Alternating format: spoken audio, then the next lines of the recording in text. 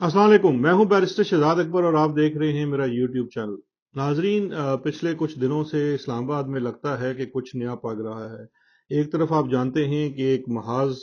जो खुला था और बहुत ज़्यादा चला और अभी तक चल रहा है और आने वाले दिनों में भी चलता रहेगा, वो पीटीआई के खिलाफ था। उस जमात को तबाह और बर्बाद करने की एक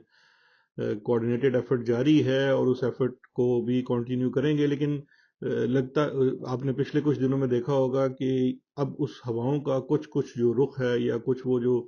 गर्म हवाएं हैं वो एक और सियासी जमात पाकिस्तान पीपल्स पार्टी की जानिब भी जाती नजर आ रही हैं। बहुत सारी इंडिकेशंस हैं, सोशल मीडिया के ऊपर मुहिम भी चल रही है।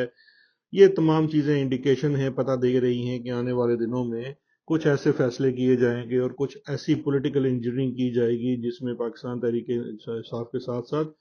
पाकिस्तान पीपल्स पार्टी भी जो है वो जेर अताब कुछ हद तक आएगी। फिर वो पार्टी के ऊपर है, वो बैंड करती है या क्या करती है। लेकिन जिस तरफ आज मैं बात आपसे करना चाह रहा हूं वो जरा एक थोड़ा सा अलग मामला है, सेंसिटिव भी है। उस पर बात करते हुए अक्सर जरा एक खदशा भी होता है कि शायद किसी के मिजाज पे ये बात गिरा ना गुजर जाए। लेकिन मैं समझता हूँ बात करना ज़रूरी है और उसको हम जितना भी अपनी समझें कि एहतियात करके बात कर सकते हैं, मैं कोशिश करूंगा वो आपसे बात शेयर करूं। वो बात है हमारी अदलिया की। मुझे लग ये रहा है कि आने वाले दिनों में अगला नंबर अदलिया का भी है और अदलिया के साथ भी एक नया महाज या महाजराई पसे पर्दा तो चल रही है, शायद कुछ मंजर पे भी आना शुरू हो जाए। और इन चीज़ों का आपको पता है कि जो पता है वो खुरा है, कुछ सोर्सेज से पता चलता है, कुछ जो इस वक्त बातचीत चल रही होती है पस मंज़र में, और कुछ चीज़ें जो हैं वो आहिस्ता आहिस्ता यहाँ भी होनी शुरू हो जाती हैं। इस सिलसिले में पिछले कुछ दिनों में एक बड़े सहाफ़ी हैं, इस ज़माने में बाकायदा सहाफ़ी होते थे, मतीउल्लाह जान, डॉन के साथ भी मुंसलिक रहे, वक्त टीवी के साथ भी रहे। बड़े जो हैं दलेर सहाफ़ी गिने जाते हैं और उन्होंने अपनी बरादरी को भी वो नहीं बख्शते थे, क्योंकि वो जो क्वेश्चनिंग उनकी होती है बड़ी नोकदार होती है, बुरी भी लगती है लोगों को। उन्होंने एक प्रोग्राम किया था अपना गिरेबान चाक, जिसमें वो माइक लेके अपने ही सहाफ़ियों का वो एहतसाब करने निकल पड़ते थे। और मैं समझता हूँ ये बड़ी दलेराना बात है और मती ने उसके लिए काफ़ी पे भी किया है। मुझे भी बड़ा तंग करते थे मती, लेकिन मैंने हमेशा उनका समझिए कि प्यार मोहब्बत से जवाब दिए, क्योंकि उनका काम है सवाल करना। मुझे इस पर कोई एतराज़ नहीं है, ना ही मुझे उनके क्रीडेंशियल्स के ऊपर कोई किसी किस्म का कोई क्वेश्चन है, और अभी भी नहीं है। लेकिन उनके दो प्रोग्राम्स जो थे वो मुझे बड़े जो हैं इसलिए तशवीशनाक लगे कह लीजिए, या थोड़ा सा अचंबा हुआ कि जो चीज़ें सुनने में आ रही हैं उसके साथ साथ ये प्रोग्राम भी जब हुए जिसमें को पीडब्ल्यूडी जो पाकिस्तान वर्क्स डिपार्टमेंट है उसके दो रिटायर्ड अफसरान जो हैं वो इस वक्त बैठ के जो है कुछ बातचीत कर रहे हैं जजेस को लेकर, और जजेस के कंडक्ट को लेके उनकी जो बेकायदगियां होती हैं उनके ऊपर बात हो रही है। पहला जो वीलॉग था वो उसका जो टॉपिक था वो तो इस्लामाबाद हाई कोर्ट की जो नई इमारत है उसको लेकर था, और उसकी कंस्ट्रक्शन में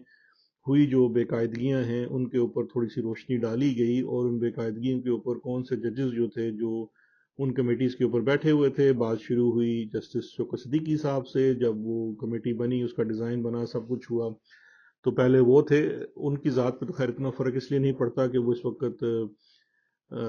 जज नहीं है, और वो पहले ही एक रेफरेंस की सूरत में अपनी ये जजशिप खो चुके हैं। और जो उस वीलॉग के अंदर जो इंटरव्यू के अंदर जो चीज़ थोड़ी सी थी वो इंडिकेशन दे रही थी, वो था उसका टारगेट मुझे लग रहा था कि शायद इस्लामाबाद हाई कोर्ट के चीफ जस्टिस आमिर फारूक साहब हैं, क्योंकि उसके अंदर बारहा ये जिक्र किया गया कि कुछ बेकायदगियां हैं जिसमें से जो कंप्लीशन हुए बगैर, कंप्लीशन सर्टिफिकेट हुए बगैर इस्लामाबाद हाई कोर्ट में जो मुंतकली है उसको लेकर वो बातचीत हुई। वो ये बातें ऐसी हैं कि पहले बातें की जाती हैं, बाद में आपको पता है ये रेफरेंसेस बना दिए जाते हैं। लेकिन मुझे इस तमाम चीज़ के पीछे जो एक खदशा है, और यकीन करें कि मेरी दुआ है और मेरी ख्वाहिश है कि ये खदशा ही हो और ये बात दुरुस्त ना हो। लग ये रहा है कि आने वाले दिनों में, क्योंकि अभी इस वक्त भी इस्लामाबाद हाई कोर्ट इंतहाई अहम है और आने वाले दिनों में मजीद अहम होगी जैसे जैसे वक्त गुजरेगा। और चीफ जस्टिस जो हाई कोर्ट का होता है वो बड़ा रेलिवेंट होता है। वैसे भी आप जानते हैं कि इस वक्त इमरान खान साहब के तमाम केसेस जो हैं वो इस्लामाबाद हाई कोर्ट में चीफ जस्टिस साहब के पास ही लगे हुए हैं। اور اگر ان کے پاس نہ بھی ہوں تو وہ انتظامی سربراہ ہوتے ہیں ہائی کورٹ کے، تو اس لیے ان کی ذات تو بڑی امپورٹنٹ ہے، ریلیونٹ ہے۔ اب لگتا یہ ہے کہ فیصلہ ساز جو ہیں وہ مزید دباؤ ڈالنا چاہتے ہیں، اسی لیے شاید اس قسم کی چیزیں جو ہیں وہ منظر عام پر آنا شروع ہو رہی ہیں، جس میں کہتے ہیں کہ they are trying to sound something out. وہ ایک پنجابی کا محاورہ بھی ہے نا کہ کہنا تینوں تے سنانا نونو، کچھ اس قسم کی جو ہیں انڈیکیشنز نظر آنا شروع ہو رہی ہیں۔ اور خیر وہ انہوں نے جو باتیں کی، یہ ہو سکتا ہے کہ محض ایک سوشل میڈیا پہ انٹرویو کی صورت ہو اور ختم ہو جائے، یہ بھی ہو سکتا ہے ان باتوں کو استعمال کر کے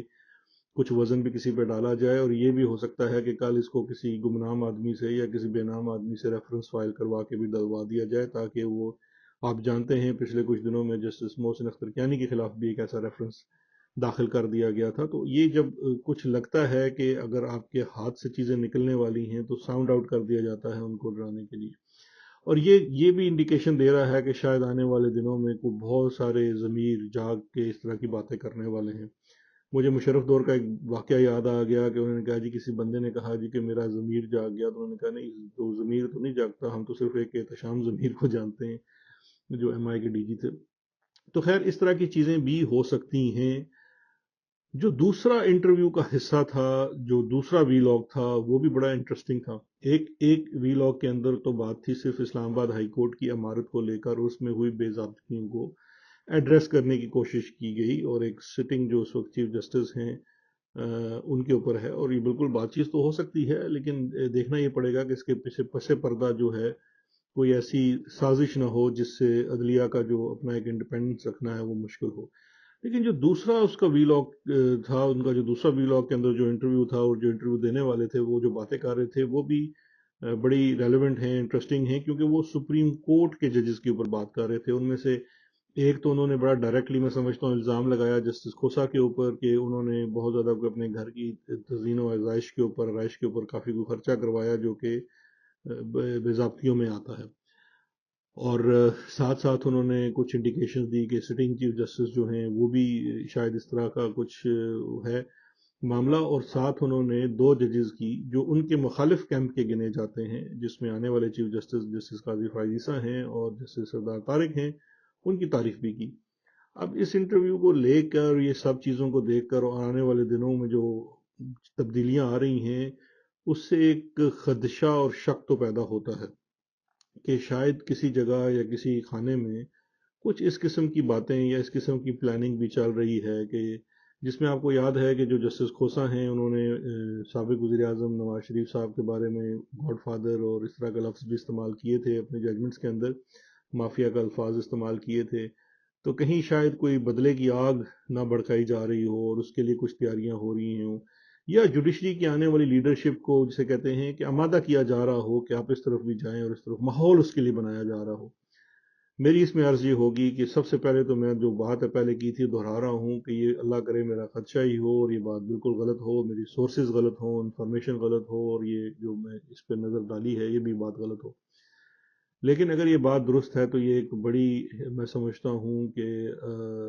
تشویشناک بات ہے، کیونکہ پہلے ہی پاکستان میں اس وقت سچویشن بہت خراب ہے، اکنامک پولیٹیکل سچویشن بہت بری ہے، انفرادی انسانی حقوق جو ہیں ان کی پامالی ہو رہی ہے، اور اس تمام چیز میں امید کی جو آخری کرن ہے وہ کورٹس ہی ہیں ہماری، اور یہی وہ جگہیں ہیں، یہی وہ عمارتیں ہیں جہاں جا کے ہم انصاف کا تقاضا کرتے ہیں۔ اور ہمیں یہ بھی لگتا ہے، اور ہمیں یہ بھی ہے کہ شاید ان عمارتوں کی وجہ سے، ان میں بیٹھے ججز کی وجہ سے ہمارے خلاف ریاست جب اپنی حد سے بڑھتی ہے تو شاید یہ کسی صورت اس میں کوئی بیریئر کا کردار ادا کرتے ہیں یا ہماری کوئی داد رسی کر سکتے ہیں۔ بہت دفعہ یہ کامیاب نہیں ہوتے ہیں، اپنی انکوریٹ بھی اسٹیبلش کرانا مشکل ہوتا ہے، لیکن بہرکیف ایک بھرم تو کافی ہے، بھرم ہے، لیکن اس بھرم کو اگر ختم کرنے کے لیے یا مزید پامال کرنے کے لیے کچھ ہو رہا ہے تو تیار ہو رہا ہے، تو اس کے لیے بھی ہمیں اپنی تیاری رکھنی چاہیے، اور میں سمجھتا ہوں اس میں جو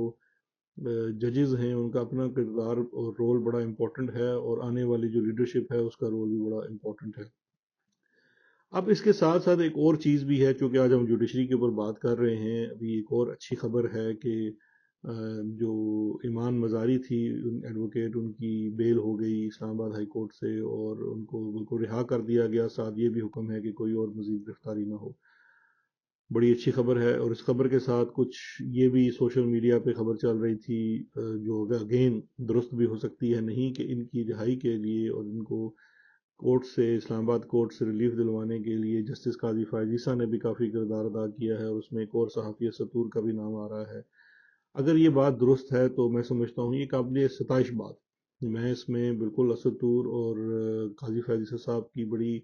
कदर करूंगा कि उन्होंने ये इंटरफेरेंस अगर की तो बहुत अच्छी बात है। और बिल्कुल करनी चाहिए, क्योंकि ईमान मजारी के साथ सरासर ज्यादती हुई। वो अपने आज़ादी राय का हक रखती है और वो उसका इजहार कर रही थी, और उसके ऊपर इस किस्म के मुकदमात जो हैं वो रियासती जबर है, और उसके ऊपर बिल्कुल अदलिया को और जजों को और अदालतों को उसके अंदर इंटरवीन करना चाहिए। लेकिन बात यह है कि जहाँ तक ये तो बात हो गई, तो मैं समझता हूँ this is job half done. अगर इस तरह की बात, अगर ये बात दुरुस्त है, तो मेरी ये दरख्वास्त होगी कि जी आप यही वाली इंटरफेरेंस लाहौर में बंद खवातीन के ऊपर भी करें, क्योंकि जितना जो इल्ज़ाम ईमान मज़ारी के ऊपर था उसका एक चौथाई इल्ज़ाम है जो लाहौर में खवातीन बंद हैं, जिनमें डॉक्टर यास्मीन राशिद हैं, आलिया हमज़ा हैं, तैयबा राजा हैं, खतीजा शाह है, और ख़वातीन हैं बहुत सारी, मुझे कहीं के नाम इस वक्त मिस हो रहे हैं, जिसके लिए माजरत ख्वाह हूँ। लेकिन ये तमाम वो ख़वातीन हैं जिनको बेल का भी हक हासिल है, लेकिन 100 दिन गुजरने के बावजूद इनकी बेलें नहीं हुई हैं और ना ही बेलें होने दी जा रही हैं। अभी मुकदमात चलने हैं, अभी इल्ज़ामात सामने आने हैं। उनमें से बहुत सारे केसेस में आपको पता है कि हाई कोर्ट ने यहाँ तक रूलिंग दी है कि कोई दस्तावेजी सबूत मौजूद नहीं है जो इनको पर इल्ज़ामात लगाए जा रहे हैं, लेकिन इसके बावजूद उनकी बेल्स नहीं होने दी जा रही। और जुर्म उनका सिर्फ इतना ही है, वो इमरान खान को छोड़ने के लिए तैयार नहीं है, या कुछ लोगों से, कुछ खवातीन से ये कहा जा रहा है कि इमरान खान के खिलाफ गवाही दें, वो उसके लिए तैयार नहीं है। अब इस बुनियाद के ऊपर अगर उनकी बेल्स नहीं होने दी जा रही, तो मेरे इन जज साहबान से ये गुजारिश है कि जहाँ पे आपने अगर यहाँ पे इंटरफेयर किया है तो खुदारा वहाँ भी इंटरफेयर करें, क्योंकि ये जो इंसानी हकूक की पामाली है, इसके खिलाफ वाहिद जो डिफेंस है रियासत के खिलाफ, वो डिफेंस आप हैं।